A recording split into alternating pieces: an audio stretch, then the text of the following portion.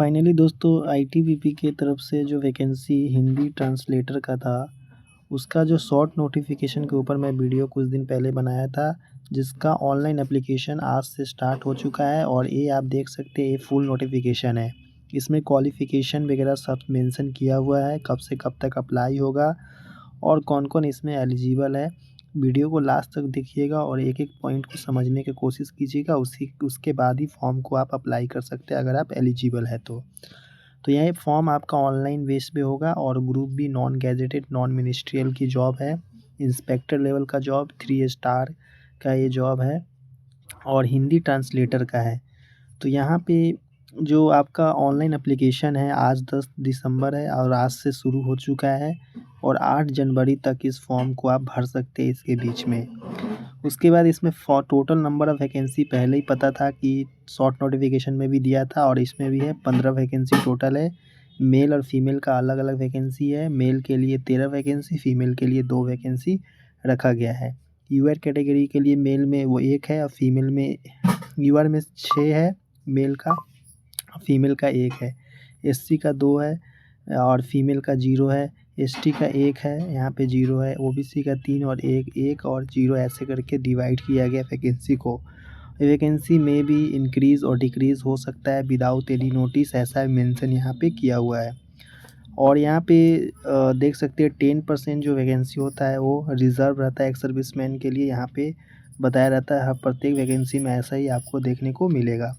और एक और बात यहाँ पे पहले भी जो शॉर्ट नोटिस था उसमें 5 नंबर पॉइंट है जिसमें कोर्ट ऑर्डर और जजमेंट के बारे में बताया गया था, जिसमें कि इन कैंडिडेटों ने 2015 में हिंदी ट्रांसलेटर के लिए अप्लाई किया था बट इसका प्रोसीजर आगे नहीं हुआ, जिसके वजह से इन कैंडिडेटों को फिर से मौका दिया जाएगा क्योंकि ये ओवर एज हो चुके होंगे कुछ कैंडिडेट, तो उनको फिर से इन जितने भी यहाँ पे आपको बिकम ओवर एज वाले जितने भी हैं यहाँ पे उनको रोल नंबर यहाँ पे मेंशन किया है।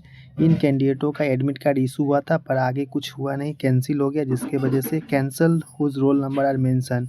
तो जिसका कैंसिल हुआ था उसका यहाँ पे रोल नंबर मेंशन है, वो इस वैकेंसी में पार्टिसिपेट कर सकते हैं। उसके बाद यहाँ पे पे है लेवल है यहाँ पे 44,900 से 1,42,000 यहाँ पे 7th सीपीसी लेवल 7 का है और अदर अलायंस वगैरह सब कुछ देखने को इसमें मिलता है। बाकी फोर्सेस में भी देखने को मिलता ही है फोर्स में। और age limit up to 30 year यानी 18 साल मिनिमम आपका रहना चाहिए और 30 साल मैक्सिमम होना चाहिए जनरल कैटेगरी के लिए।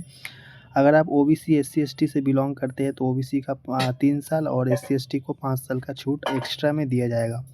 इसमें क्वालिफ़िकेशन काफ़ी है, लंबा चौड़ा क्वालिफ़िकेशन और करके दिया है। इनमें से कोई एक भी आपके पास क्वालिफ़िकेशन है तो आप इसके लिए एलिजिबल है। पहला आप देखिएगा कि मास्टर डिग्री आपके पास अगर हिंदी और इंग्लिश, हिंदी या इंग्लिश में से अगर आपके पास है, Hindi and English compulsory elective और सब इलेक्टिव सब्जेक्ट आपका होना चाहिए, तब आप इसके लिए एलिजिबल है डिग्री लेवल पे। उसके बाद यहाँ पे मास्टर डिग्री अगर आपके पास अगर वो नहीं है तो मास्टर डिग्री आपका है हिंदी और इंग्लिश में विथ हिंदी और इंग्लिश कंपलसरी सब्जेक्ट के संग, तो आप इसके लिए एलिजिबल है। उसके बाद यहाँ पे मास्टर डिग्री आपका हिंदी और इंग्लिश में होना चाहिए, जो कि हिंदी और इंग्लिश यहाँ पे कंपलसरी सब्जेक्ट और मिनिमम मीडिया पर भी एग्जामिनेशन है डिग्री लेवल में भी आपका होना चाहिए, तभी जाके एलिजिबल है। अगर वो भी नहीं है तो इसके संग एक और क्वालिफ़िकेशन है जिसमें बैचलर डिग्री यानी बीए वगैरह बीकॉम वगैरह जब किए हैं, आपके सब्जेक्ट हिंदी और इंग्लिश मेंशन है उसमें इलेक्टिव सब्जेक्ट या कंपलसरी सब्जेक्ट 2 सब्जेक्ट, तो आप इसके लिए एलिजिबल है। पर उसके संग प्लस का एक हाईलाइट किया गया है कि आपके संग इसका रिकॉग्नाइज्ड डिप्लोमा होना चाहिए या सर्टिफिकेट कोर्स ट्रांसलेशन का होना चाहिए हिंदी टू इंग्लिश का या वाइस वर्सा या इंग्लिश टू हिंदी का होना चाहिए। तो ऐसा अगर आपने किया है कहीं से भी गवर्नमेंट डिपार्टमेंट वगैरह अंडरटेकिंग या वर्किंग नॉलेज आपका हो या वर्क और यहाँ पे working knowledge of computer application और इक्विवेलेंट हो तो इसके लिए एलिजिबल है। तो इतना सारा क्वालिफ़िकेशन में से कोई एक भी आपका है तो आप इसके लिए एलिजिबल है। इसमें डेट ऑफ बर्थ क्राइटेरिया रखा है 8 जनवरी से 2025 का एक कट ऑफ डेट है और यहाँ पे जो अर्लियर वगैरह दिया है कि 9 जनवरी 1995 से पहले का कैंडिडेट नहीं होना चाहिए, should not have been born earlier than 9 January 1995। उसके बाद जैसे 96, 97, 98, 99 ऐसे करके है तो इसके लिए एलिजिबल, अगर इससे पहले का डेट का आपका जन्म है तो आप इसके लिए एलिजिबल नहीं है। यहाँ पे बोला है कि no age bar fix for 179 candidate, जिसका रोल नंबर पहले दिखाया तो 180 में से 179 जो बच्चा है उसका उसके लिए एलिजिबल नहीं है, वो इस फॉर्म को डाल सकते हैं क्योंकि उनको छूट दिया गया है इनके हिसाब से। उसके बाद S C S T O B C का स्टेटस वगैरह बारे में बताया है कि सर्टिफिकेट का स्टेटस क्या होना चाहिए, इसके बारे में इकोनॉमिक वीकर सेक्शन का क्या होना चाहिए, एन क्या है, एन कब का कब तक होना चाहिए, ऐसे करके मेंशन है 8 जनवरी से पहले तक का ऑनलाइन एप्लीकेशन के अंदर का आपका होना चाहिए।